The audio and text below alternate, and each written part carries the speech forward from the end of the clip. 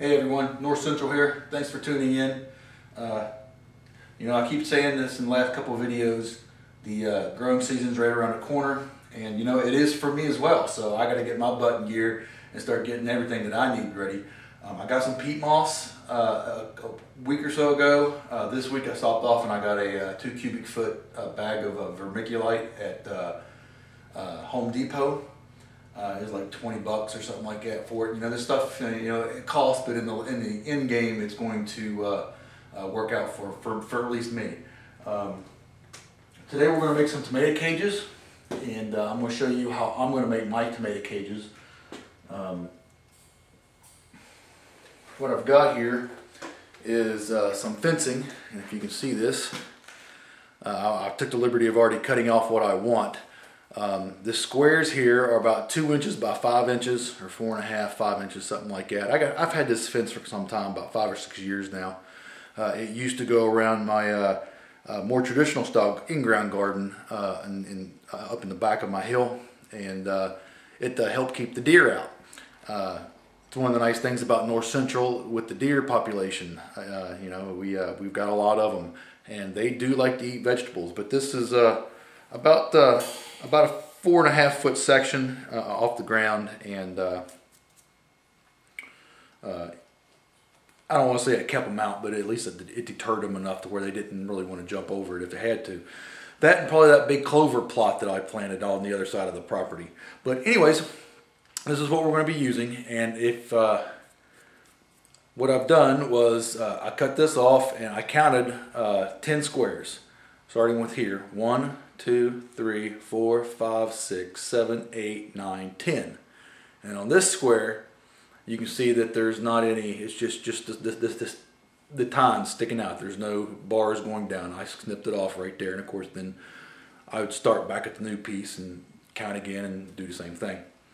The next step, of course, with this is going to be take it and straighten it out a little bit. And this stuff's pretty easy to bend. Not that big of a deal. Flip it this side, that side, bend it just where it's halfway straight. We're not looking for anything really major here.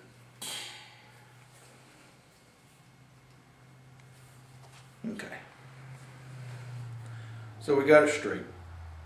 Okay, I'm going to pull the camera in up to the table. I've got some tools back here. We'll go over those real quick, and then we'll start doing a tomato cage. Alright guys, real easy tools and supply list here. Of course, you're going to need your fencing, and you're going to need to cut it to whatever length you want. I'm doing a square cage. Some people do rectangular cages. Some people do a triangle shaped cage. Some people I've seen some people just wrap it around in a circle. And you know what, that's fine. I want a square cage. I'm going to make this to where it can break down and I can store it, and I can store them flat. That way they don't take up a whole lot of room, because God knows I can't get much more in my garage right now besides my 2 cars and everything else that I got in here. So, of course you're going to need your fencing. You're going to cut it to whatever length you want. To cut it with, I just use a pair of lineman's pliers. And then I have a pair of needle nose pliers for bending whatever I need to bend in small little intricate things, and you'll see that. And then of course I like to wear gloves whenever I do it, because this stuff can poke you.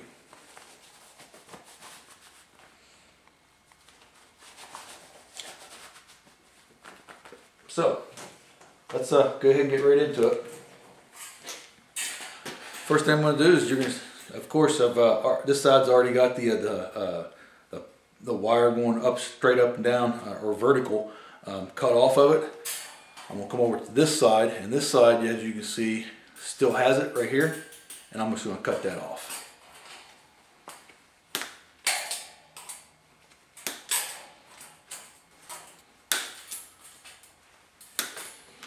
And you get that left over, and that is now just trash. So what you got? You got this. You've got 1, 2, 3, 4, 5, 6, 7, 8 little squares in here. Okay, and then of course on the ends you've got the tines sticking out this way and this way. So the next step is you're going to leave the top one, you're going to count down 2, leave the third one, count down 2, leave the third one, count down 2, leave the third one until you reach the bottom all the way down. Both sides. Got that one. 2, leave the third one. See that? Left the top one, cut 1, cut 2, left the third one. Now I'm going to cut 1 and 2. Leave the third one, cut 1, cut 2. Leave the third one, cut 1,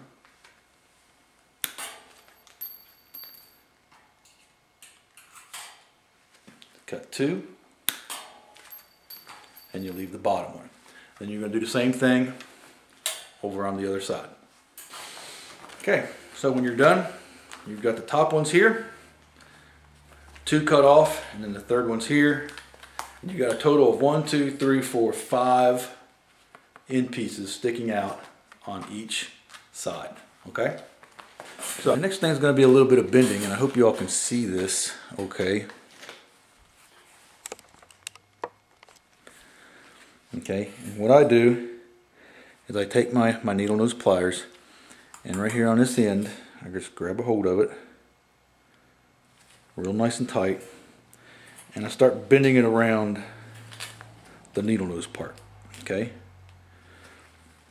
and so basically I'm just making like a little curly Q circle. See that? And then you just keep going.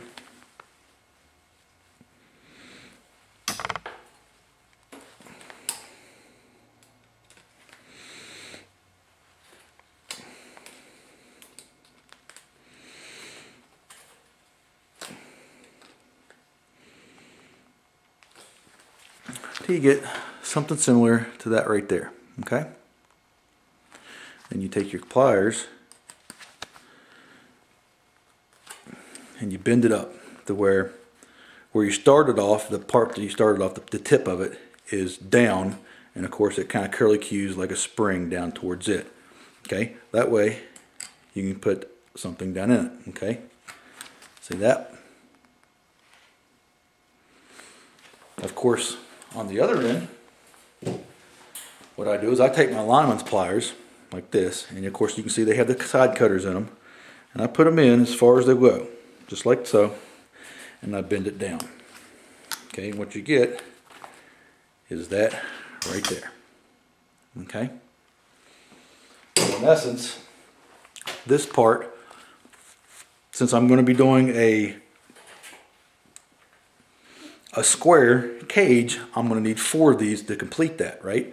So on another part of this part, okay, will slide down into these little holes here, okay, and that'll make the cage. And you can bend it and fold it and do whatever you want to with it.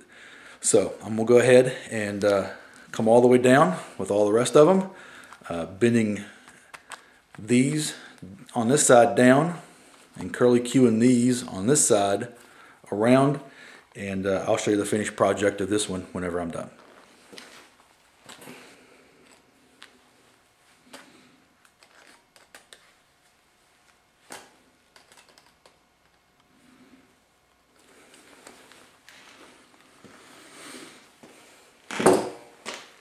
Okay, so I've got this one done, and you can see it didn't take a whole lot of time. See, on this side, all the way down, I've got my little eyelets, right? And on this side, all the way down, I've got my tabs bent down towards the ground. So, I need to make up 3 more of these, and as soon as I make up 3 more of these, I'll get right back at you. Okay guys, I got 3 of them done. I think with 3 of them you'll get the gist of what it is that I'm going to do here. You can see I've already got this one here together. Let me bring this up to you here. And all I did was, I'll show you, I put this one here like so. Take your top one. Okay, this is another section here, right? Eyelets on one side. Then your pins going down on the other side. And it goes down in the hole.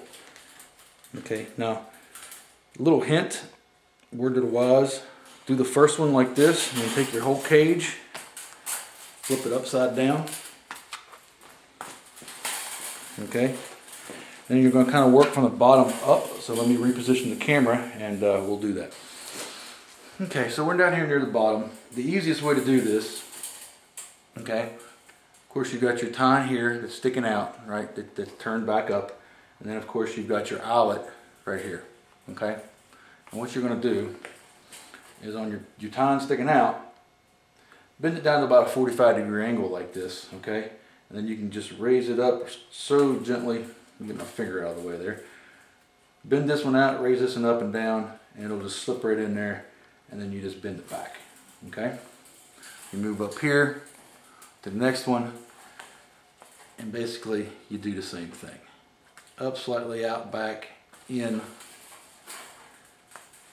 bring it back up like that. And we'll finish this one up, and then I'll show you how I bend these tines to make sure it doesn't come loose. Alright guys, here we are. Now this is actually the bottom of it. This is the bottom tine. It's through the eyelet right here, okay?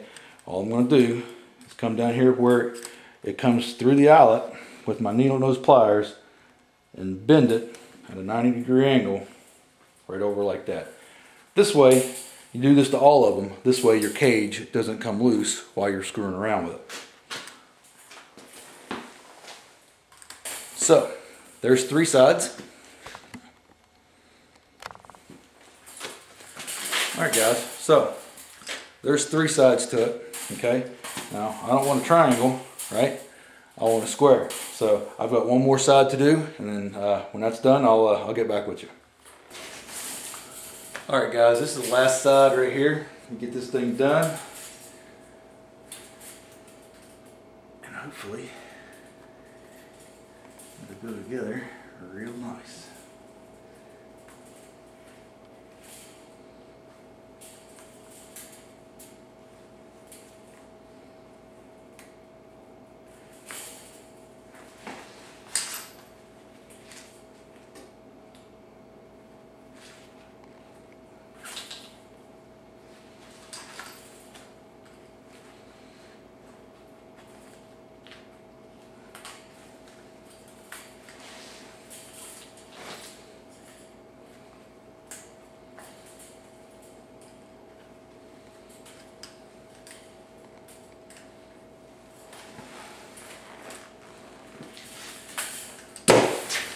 Alright guys, there it is, finished product. As you can see,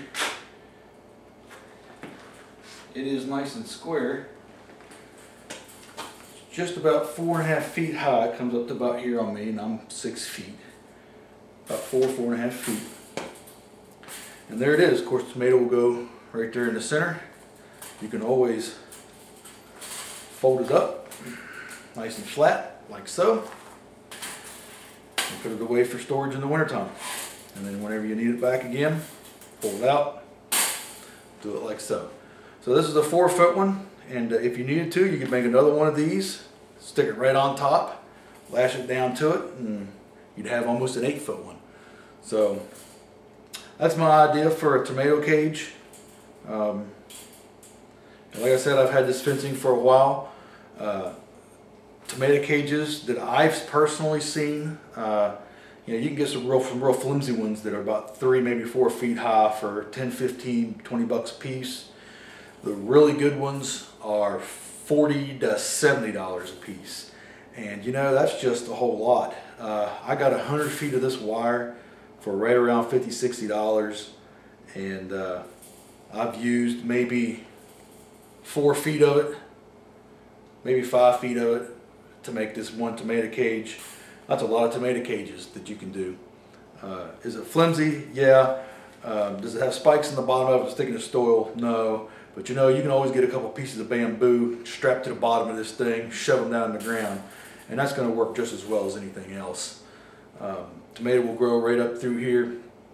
These holes may be a little bit too small depending on what type of tomatoes you're going to use or grow. If you're doing some type of cherry tomato or something like that, this would be great. If you're doing something larger, or maybe even a Rama, you'd be able to go through this really well.